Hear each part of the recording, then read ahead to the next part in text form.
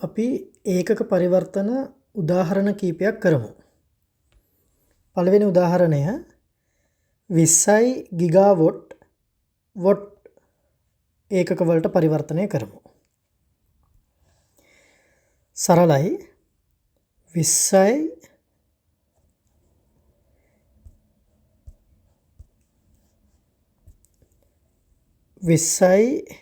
ගිගා කියන උපසර්ග තේරුම. හරි. ගිගා කියලා කියන්නේ 10 වෙනි බලය.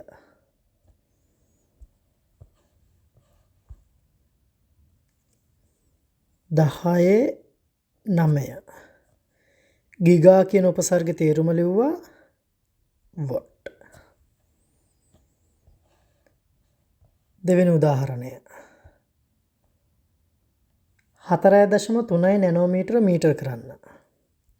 4.3 නැනෝ කියන උපසර්ගයේ තේරුම.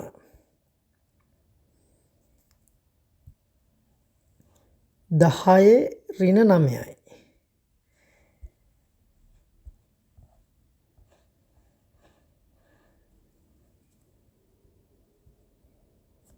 මීටර. තව උදාහරණයක් බලමු. ඇන්ස්ට්‍රම් කියලා විශේෂිත ඒකකයක් තියෙනවා. ඇන්ස්ට්‍රම් කියලා විශේෂිත ඒකකයක් තියෙනවා. ඇන්ස්ට්‍රම් ඒකකයෙන් මනින්නේ දිගක්. ඒක උපසර්ගයක් නෙමෙයි. එකයි ඇන්ස්ට්‍රම් එක සමාන වෙනවා. එක වැඩි කිරීම 10 ඍණ 10යි මීටර. සාමාන්‍යයෙන් පරමාණුක ප්‍රමාණයේ ද්‍රව්‍යවල ප්‍රමාණයන් කියන තමයි මේ ඒකකේ භාවිතා කරන්නේ. එක වැඩි කිරීම 10 ඍණ 10යි මීටර. එහෙනම් 20යි ඇන්ස්ට්‍රම් කියන්නේ කොච්චරක්ද? ඇන්ස්ට්‍රම් එක ප්‍රමාණය වගේ 20 ගුණයක්. 20 වතාවක් ඇන්ස්ට්‍රම් එකක් කියලා කියන්නේ මීටර එක වැඩි කිරීම 10 ඍණ 10යි. ඒ කියන්නේ 20යි ඇන්ස්ට්‍රම් සමාන වෙනවා 20 වැඩි කිරීම 10 ඍණ 10යි මීටර වලට.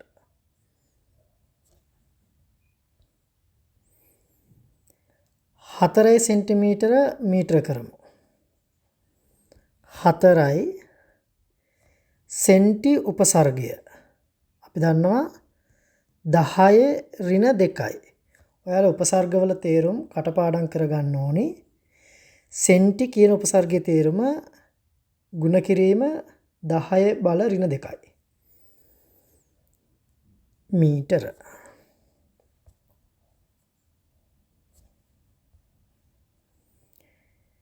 වෙනස් විදිය ගානක්. ටිකක් සංකීර්ණයි. මෙතන උපසර්ගයේ තේරුම ලියන්න නෙමෙයි තියෙන්නේ. උපසර්ගයත් එක්ක පවතින ඒකකයේ බවට තමයි පරිවර්තනය කරන්න ඕනේ. අපි ඉස්සෙල්ලම බලමු. පොඩ්ඩක් සරල කරගමුකෝ ගාන මුලින්ම. 1 කිලෝග්‍රෑම් කියන්නේ කොච්චරක්ද කියලා බලමු. 1 කිලෝග්‍රෑම් එකක් කියලා කියන්නේ කිලෝ කියලා කියන්නේ ගුණ කිරීම 10 බලය. ඒ කියන්නේ 1 කිලෝග්‍රෑම් සමාන වෙනවා 1 ගුණ කිරීම 10 ග්‍රෑම් එකට. අපි එහෙනම් 1 ග්‍රෑම් ප්‍රමාණයක් කියන්නේ කොච්චරක්ද කියලා ඉස්සෙල්ලම හොයමු. 1 ග්‍රෑම් ප්‍රමාණයක් කියලා කියන්නේ කිලෝග්‍රෑම් වලින් කොච්චරක්ද කියලා.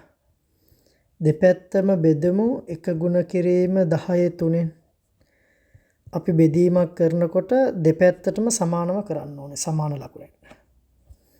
එතකොට 1 ග්‍රෑම් සමාන වෙනවා 1 ගුණ කිරීම 10 උඩට එනකොට 10 ඍණ 3ක් වෙනවා. එහෙනම් ග්‍රෑම් එකක් කිලෝග්‍රෑම් කියන්නේ කොච්චරක්ද? 1 ග්‍රෑම් එකක් සමාන වෙනවා 1 ගුණ කිරීම 10 ඍණ 3යි කිලෝග්‍රෑම්. එහෙමනම් ග්‍රෑම් 4665ක් කිලෝග්‍රෑම් කොච්චරක්ද කියලා තමයි අපිට දැන් හොයන්න තියෙන්නේ. ග්‍රෑම් එකේ ප්‍රමාණය මෙන්න මේ සංඛ්‍යාවෙන් වැඩි කරා නම් හරි. මොකද ග්‍රෑම් එකේ ඒවා 4665ක් පවතින නිසා. එහෙනම් 4665යි ග්‍රෑම් සමාන වෙනවා 4665 වැඩි කරන්න ඕනේ ග්‍රෑම් එකකට සමාන කිලෝග්‍රෑම් ප්‍රමාණය. කොච්චරද? 1 ගුණ කිරීම 10 ඍණ 3යි කිලෝග්‍රෑම්. සරල කරලා උත්තරේ ලියමු අපි.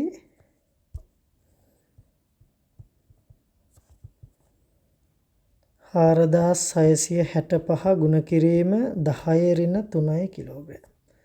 තවදුරටත් ඔයාලා සරල කරොත් එහෙම මේකේනවා 4.665 වැඩි කිරීම 10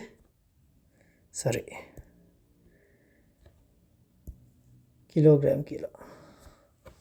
4.665 කිලෝග්‍රෑම්. 10 ඍණ 3 කියලා කියන්නේ කොච්චරද? 10න් බෙදන්න කියන එක. බෙදුවට පස්සේ කීයක් එනවද? 4.665 කිලෝග්‍රෑම් කියලා එනවා. අපි ඊළඟ වීඩියෝ එකෙන් මේ අපි අවසානට හදපු ගාන වගේ තවත් ගණන් කීපයක් හදමු. තව දුර තේරුම් ගැනීම සඳහා.